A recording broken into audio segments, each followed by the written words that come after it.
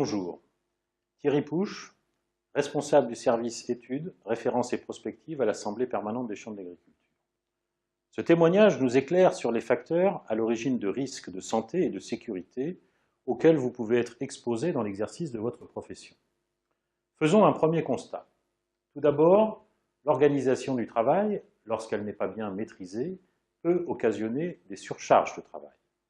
De même, une mauvaise application des règles d'usage des produits livrés par les fabricants aux agriculteurs engendre un risque pour les personnes. C'est le cas des produits phytosanitaires ou des engrais. Que dire également de la pression économique et financière qui s'exerce sur l'exploitation et qui la fragilise? Ou de la pression réglementaire due aux directives européennes qui incitent l'exploitant à revoir ses modes de production. Ajoutons à ces facteurs l'isolement, qu'il soit lié à l'éloignement géographique de l'exploitation ou qu'il soit social. Tout cela est d'autant plus difficile à gérer pour les agriculteurs dès lors qu'il faut trouver des remplaçants en cas de maladie ou d'accident. Enfin, le mauvais état du matériel, s'il n'est pas renouvelé dans les délais par exemple, est lui aussi un facteur de risque non négligeable sur votre santé et votre sécurité.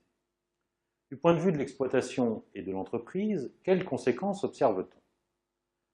Une perte de production en cas de non-remplacement, ce qui entraîne une fragilisation économique de l'exploitation agricole. Une désorganisation du travail avec des tâches non effectuées. Les accidents du travail.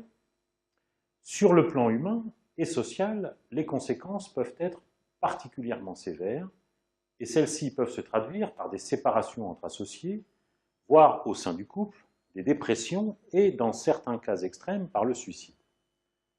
Quels sont vos moyens d'action? À l'échelle individuelle, veillez à respecter les règles, adopter de bonnes pratiques. Bien s'informer et se former sur l'usage des produits que vous utilisez dans votre exploitation, cela est en effet essentiel pour éviter les comportements à risque.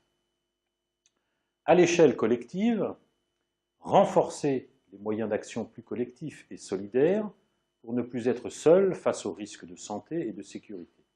Créer du lien social entre les agriculteurs, se tourner vers les syndicats, les formes coopératives ou bien les services publics.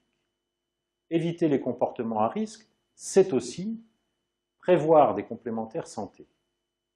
Savoir qu'il existe des services de remplacement et en développer l'usage pour les rendre plus efficaces. Mettre en place des alliances ou bien favoriser l'entraide pour un meilleur impact à la fois sur la production et sur l'individu. Se former aux relations humaines, aux notions de partage, au savoir travailler ensemble et savoir déléguer, apprendre à mieux organiser le travail. Gérer les risques, ça s'apprend.